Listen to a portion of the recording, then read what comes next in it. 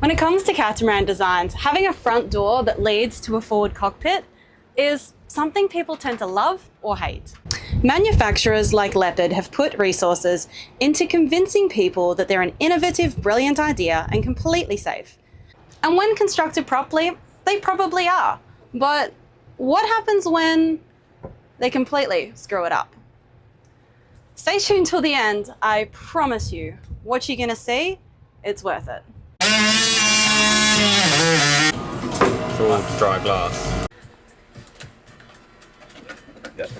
Yeah, that's faulty. When our front door first started having issues, we had no idea how bad it was going to get and how long it was going to take to rectify. To begin this fun episode of Lager Story Time, we need to go all the way back to Cape Town, back to the factory. As part of the production process, the Robertson and Caine boats are put into a testing pool. It was something that was done to our boat and something that they still do now, with an article from January of this year boasting that in this process, specially designed showers douse boats to simulate rain and high seas, testing the ports and hatches. As far as we know through this process, only one of our windows was identified as leaking and it was replaced. Attempt 2 of 5 on that window. When they arrived in Cape Town for handover, and having seen previous reports of leaking windows and hatches in owners groups, Trent and Tynan leak tested all of the windows and hatches on Liger. So that's another failed hatch. As you might know if you've watched our channel before, they found a multitude of issues, which Trent pushed to have fixed, despite being told by one member of the Robertson and Caine warranty department that there was actually an acceptable amount of water that was allowed to leak through. In any case, it was through these leak tests that our front door saga began. While leak testing the front door, water came through. Are you shocked? Now at this time I want to make a really important point, and that is that this door isn't really a door. It's actually a giant hatch that's manufactured by Luma. And since it's a hatch manufactured by Luma, there are actually set tolerances that the frame it's installed into has to meet in order for you to have a leak-free experience.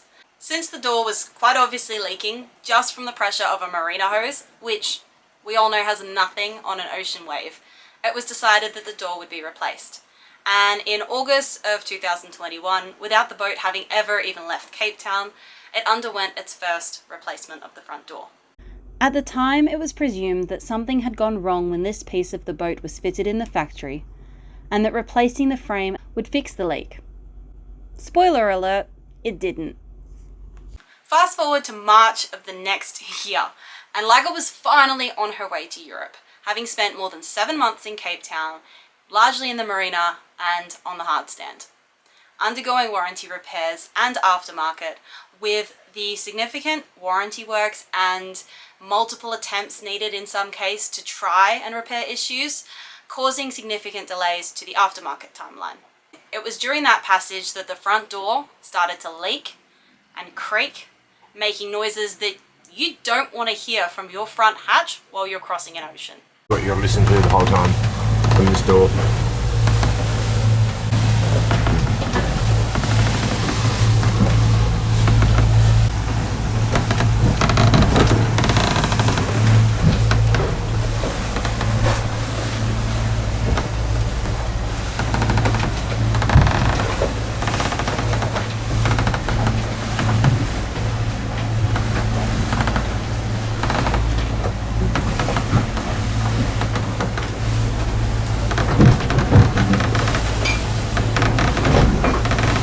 Constant noise. After crossing the equator and the wave direction changing, the top corner of the stainless steel frame detached from the surrounding fiberglass and water began leaking through the door. The grinding and creaking noise was a near constant, and it definitely wasn't coming from the door handles or the rubber because lubricating them made absolutely no difference. The front doors creak like this for like the last 1,000 nautical miles.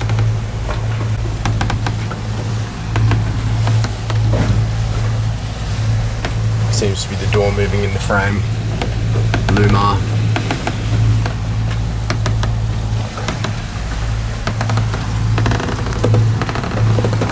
I noticed I have water dripping down it dripping down it today after everything we've done with it.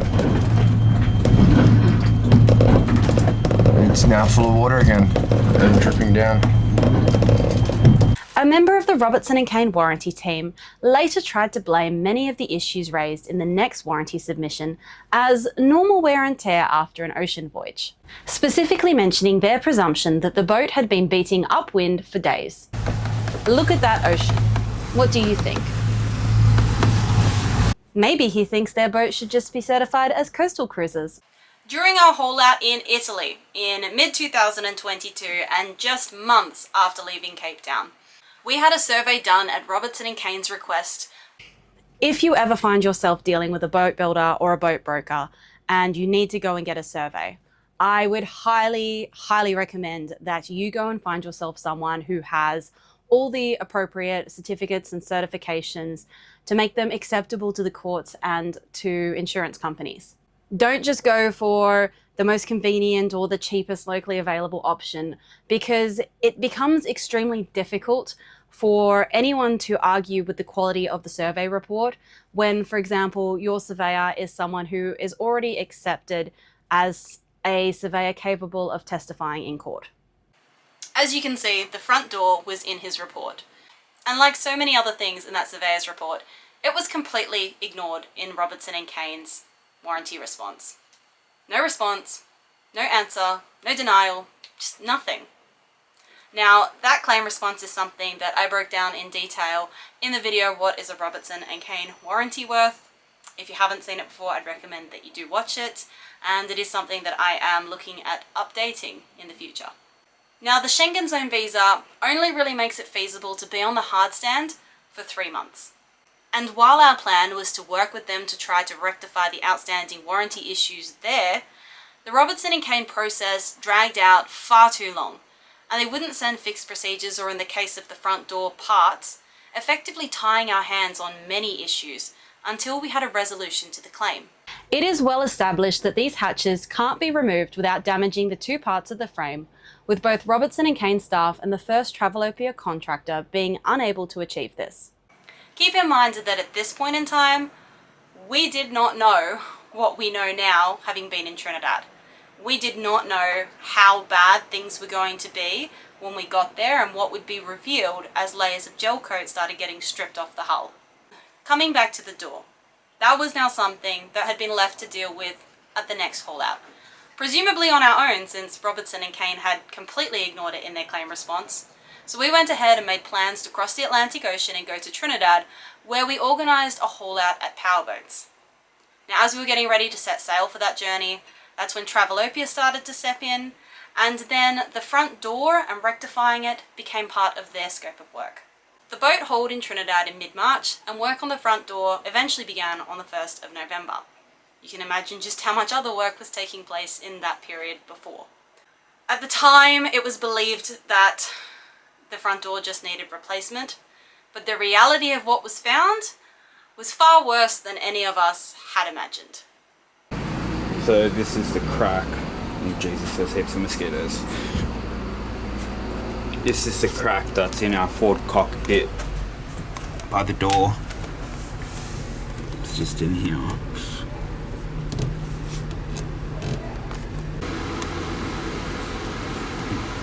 It's starting to crack on the other side now as well.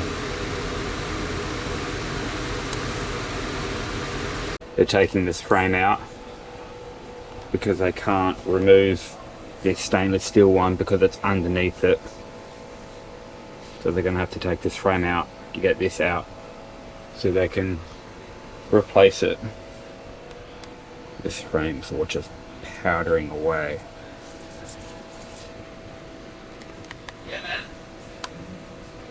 Check out the frame. No judgment, because when this job was done in Cape Town, it came out in a similar condition. But this demonstrates why door parts are needed to start this work.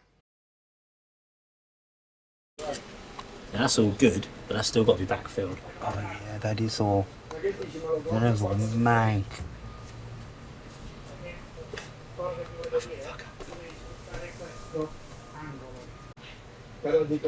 I wonder if that water's been sitting there since the previous one leaked. You know what I mean?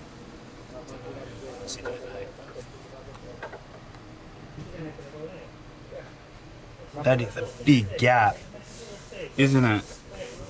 Like between the two skins. To clamp that back in when we come to the epoxy bugger, have to clamp it. Bit of wood through there.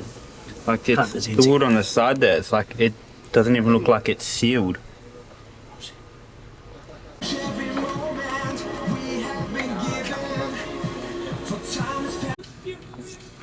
Is it dry? Yeah, it's dry. If I go with the belt on that side, I would be like, you will go first pay. Yeah, it's too big. Trying to film it, but it's just too dark without the light, too bright with the light. It's all dry glass. And I did the mental thing. You can see it there, it's good laminate there as well. Yeah. Something for you to know is that the information the contractor passed on to us from Travelopia was that this wasn't structural and we didn't need to worry about it. On this side, that's probably true. But when you look inside this section, it had core laminated into it. So we do think it's structural to some extent. And also, again, there's the matter of the frame meeting the Luma hatch tolerances. I want you to note the rotten and cracked marine ply that's delaminated from the face of the door frame and the sealant that's been applied to unprepped surfaces. Some pieces were so broken, they just lifted out. Oh, there's fucking water down there.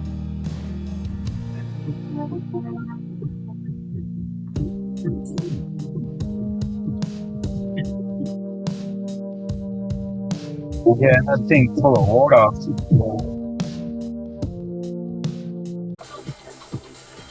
Fucking hell.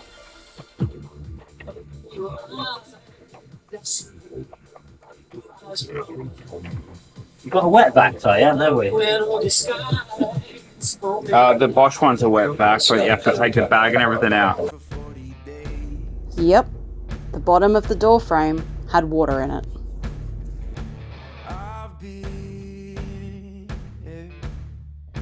Searching for holy flames, a sign to light up the way. So can you help me out? Can you help me?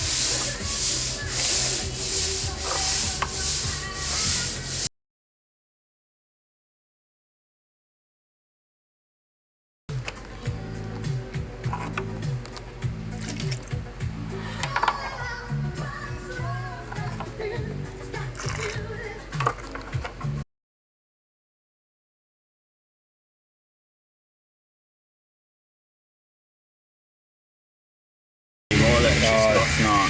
See what? Yeah. We're running out of rocks. To try and get some tomorrow from Midland back, won't we? 200 milliliters. Because I want to know if it's salty or not, because it kind of tells you where it's coming from. Don't drink it. Yeah, that's salty. That's like rancid salty. So I get a drink of water. Just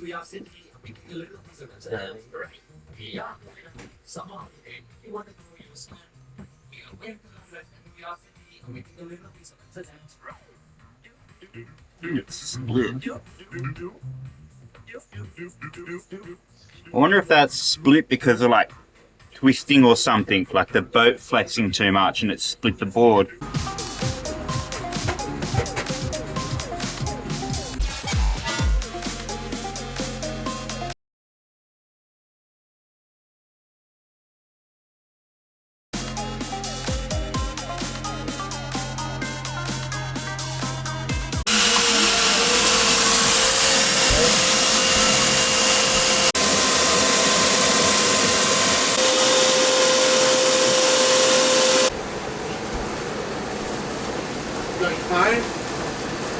This outer skin, which is gel coated, they've Sikaflex. You can see right in the back there, they've Sikaflex bonded that outer skin on.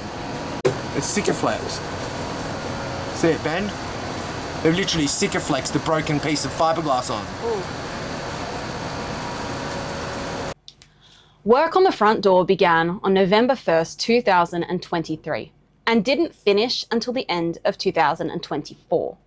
This is far longer than it ever should have taken due to a long list of reasons, but the reconstruction and what happened there is outside the scope of this video, which is to detail the standard the Robertson and Caine shipyard constructed our door to.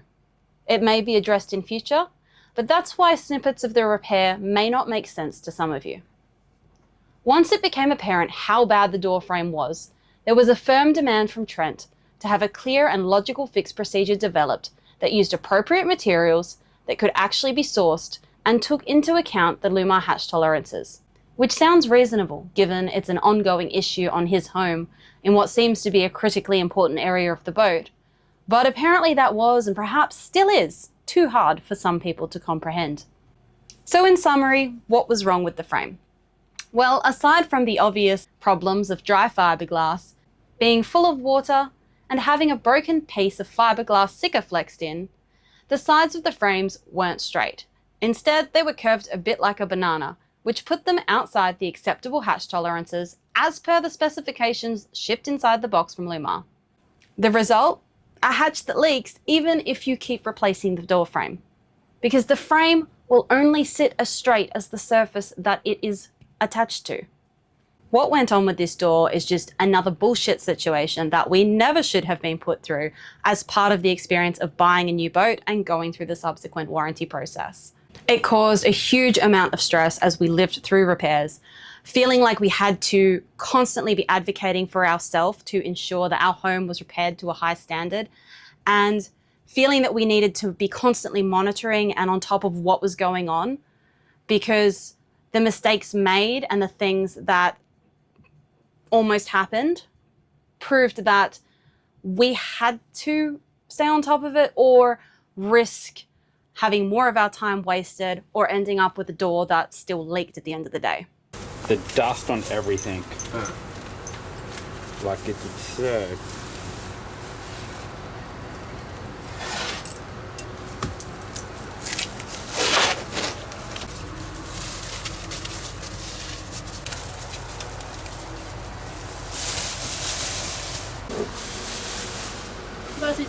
Why only share this now? Well, I've explained this many times before, but Trent wanted to give Leopard and friends as much time and opportunity as possible to step up and do the right thing. But he got pushed to the point where he just doesn't care anymore. And at that point, taking into account what was going on, I felt that it was the conclusion that I had all the information I needed to be able to present the door saga with the entire story. And this is just part one of my final boat buying and warranty experience review series. The final fiberglass frame was a shape that we were happy with, i.e. straight and within Luma's tolerances. Trent and Tynan opted to take care of the final installation of the door and black frame, feeling that they'd rather do the time-consuming job themselves and be 100% sure of a positive outcome than risk someone else making a mistake that would result in weeks or months of more wasted time while waiting for new parts. During their time in Trinidad, the Robertson and Caine joint repair team did do some work on this frame and repaired some collateral damage in the surrounding area. Since relaunch, we have sailed from Trinidad to St. Martin, a journey of approximately 500 nautical miles with time spent going into the waves. And in all that time, no leaks and no horrific creaks, and left us with a stronger boat. All it took was around 3.5 years from the original issue being detected, a whole lot of stress and mental anguish, and the complete rebuild of the front door frame to fix it.